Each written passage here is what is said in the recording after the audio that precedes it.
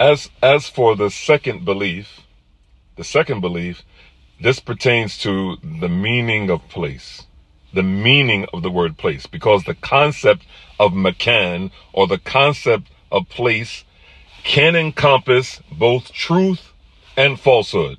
So if what is meant by place is a lower, sufla, is a lower or inferior location, then this is false.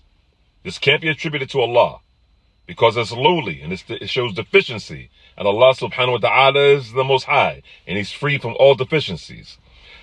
On the other hand, however, if what is intended by a place, a position of highness that surrounds Allah, that encompasses Allah, this also is false. We don't accept it. This is also false, because there's nothing that can make ihata, or surrounding Allah. This contradicts the perfection of Allah. This contradicts the grandeur of Allah. This contradicts the majesty of Allah. So if what is meant by place, that is a position of highness, beyond what this world has, beyond this world that does not encompass Allah tabarak wa ta'ala, then this meaning is true. This meaning is true. However, pay close attention. Even though this meaning is true, it's not to be described as a place, because, as we said in the first video, place includes truth and falsehood. So what should we do?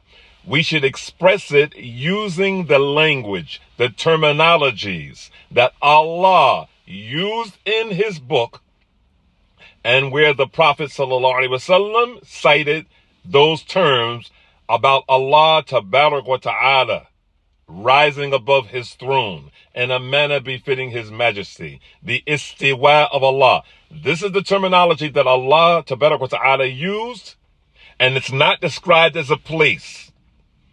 Rather, it should be referred to as it has been referred to and has been named in the text, meaning the book of Allah and the authenticated sunnah of our beloved Prophet Muhammad sallallahu alaihi wasallam, because it's an established principle. And amongst those established principles of describing matters of the religion using the words and the terminologies that Allah and his messenger used, sallallahu alaihi wasallam, that's more appropriate. To accept or reject what other people have said about Allah using these terminologies, we don't accept that. We only accept the terminologies that Allah tabarak wa ta'ala used for himself, and how the Prophet sallallahu alaihi wasallam used those terminologies pertaining to Allah.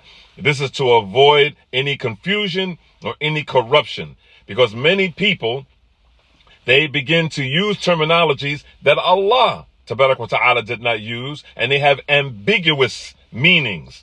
Either this way or that way could be understood, or how the Prophet sallallahu alaihi wasallam used it. So this is a very dangerous thing.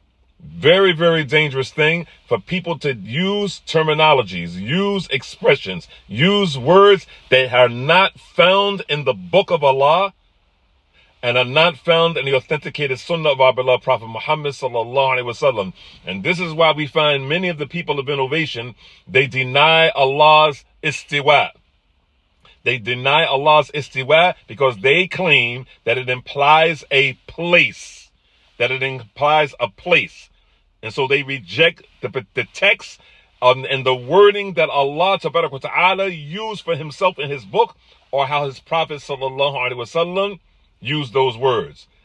So those ambiguous terms, we don't accept them like that unrestrictedly. We accept the highness of Allah, which is established in multiple places in the book of Allah.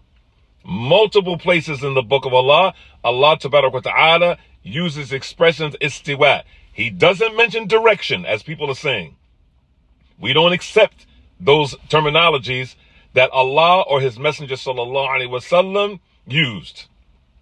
We don't accept those terminologies that Allah or his messenger sallallahu alaihi wasallam, did not use.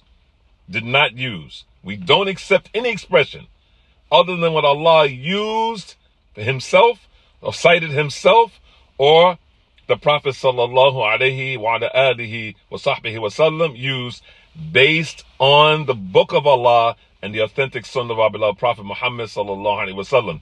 For example, you'll find the Mu'tazila denying what Allah subhanahu wa ta'ala has described about himself in his book, and what his Prophet sallallahu alaihi wasallam has described, how he has described Allah tabarak wa ta'ala in his authenticated, pure, pristine, unsullied sunnah. And why? This is because they claim that describing Allah tabarak wa ta'ala would imply corporality, for instance. And corporality is impossible for Allah tabarak wa ta'ala. Thus, in their eyes,